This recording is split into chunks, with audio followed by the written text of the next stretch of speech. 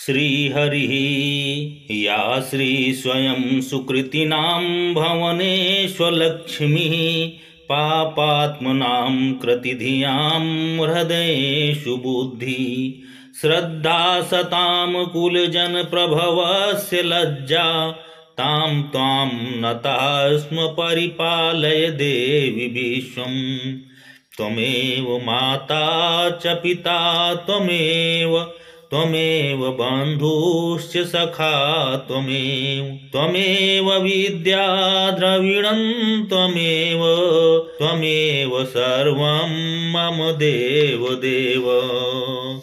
ॐ नमश्चण्डिकायै देवी प्रपन्नार्तिहरे प्रसीद मातर्जगतो अखिलस्य प्रसीद विश्वेश्वरि पाहि विश्वं त्वमीश्वरी देवी चराचरस्य। अथ सप्तश्लोकी दुर्गा शिव उवाच देवी त्वं भक्तसुलभे सर्वकार्यविधायिनी कलौ हि कार्यसिद्ध्यर्थमुपायं ब्रूहि यत्नतः। देव्युवाच शृणु देवि प्रवक्ष्यामि कलौ सर्वेष्टसाधनं मया तवैव स्नेहेनाप्याम्बा स्तुतिः प्रकाश्यते। ओम अस्य श्री दुर्गा सप्तश्लोकी स्तोत्र मंत्रस्य नारायण ऋषिः अनुष्टुप छन्दः श्री महाकाली महालक्ष्मी महासरस्वत्यो देवता श्री दुर्गा प्रीत्यर्थ सप्तश्लोकी दुर्गा पाठे विनियोगः। ओम ज्ञानिनामपि चेतांसि देवी भगवती सा बलदाकृष्य मोहाय महामाया प्रयच्छति। दुर्गे स्मृता हरसि भीतिमशेष जंतो स्वस्थै स्मृता मतिमतीव शुभां ददासि। दारिद्र्य दुख भयहारिणी का त्वदन्या सर्वोपकार करणाय सदार्धचित्ता।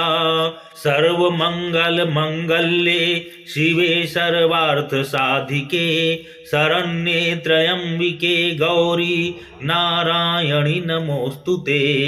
शरणागत दीनार्थ परित्राण परायणे सर्वस्यार्ति हरे देवी नारायणि नमोस्तुते। सर्वस्वरूपे सर्वेशे सर्वशक्ति समन्विते भयेभ्यस्त्राहि नो देवी दुर्गे देवी नमोस्तुते। रोगान् शेषान् पांसि तुष्टा रुष्टा तु कामान् सकलान् भीष्टान् त्वामाश्रितानां न विपन्नराणां त्वामाश्रितायाश्रयतां प्रयान्ति। सर्वा बाधा प्रशमनं त्रैलोक्यस्याखिलेश्वरी एवमेव त्वया कार्यमस्मद्वैरिविनाशनम्। इति श्री सप्तश्लोकी दुर्गा सम्पूर्ण। ओम श्री दुर्गाय नमः। श्री दुर्गाष्टोत्तर शतनाम स्तोत्रम्। ईश्वर उवाच शतनाम प्रवक्ष्यामि शृणुष्य कमलानने यस्य प्रसाद मात्रेण दुर्गा प्रीता भवेत् सती।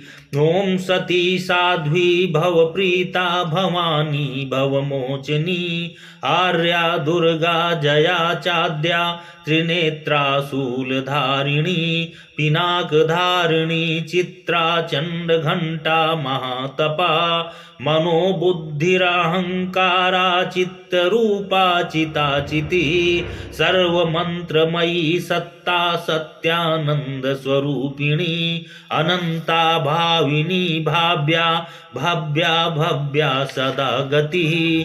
शाम्भवी देव माता च चिंता रत्न प्रिया सदा सर्वविद्या दक्ष कन्या दक्ष यज्ञ विनाशिनी अपर्णानेक वर्णा च पाटलावती पाटांबर परिधाना कलमंजीर रजनी अमेय विक्रमा क्रूरा सुंदरी सुर सुंदरी वन दुर्गा च मातंगी मुनिपूजिता ब्राह्मी माहेश्वरी चैन्द्री कौमारी वैष्णवी तथा चामुण्डा चैव वाराही लक्ष्मीश्च पुरुषाकृतिः विमलोत्कर्षिणी ज्ञाना क्रिया नित्या च बुद्धिदा बहुला बहुल प्रेमा सर्ववाहन वाहना निशुम्भ शुम्भ हननी महिषासुरमर्दिनी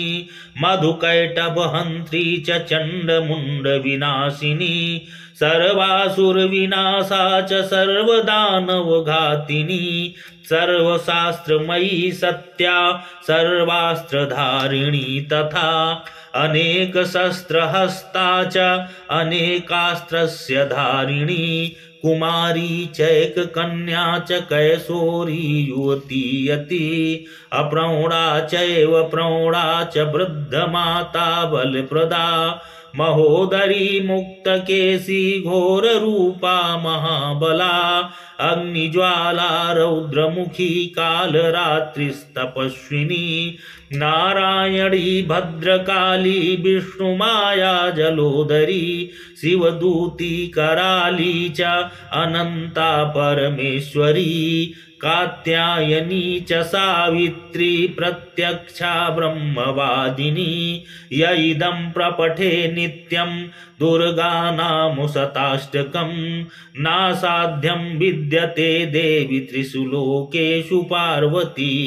धनं धान्यं सुतं जायां हयं हस्तिनमेव च चतुर्वर्गं तथा चान्ते लभेन्मुक्तिं च शाश्वतीं कुमारीं पूजयित्वा तु ध्यात्वा देवीं सुरेश्वरीं पूजयेत् परया भक्त्या पठेन्नाम शताष्टकम् तस्य सिद्धिर्भवेद देवी सर्वेषुर्वरैरपि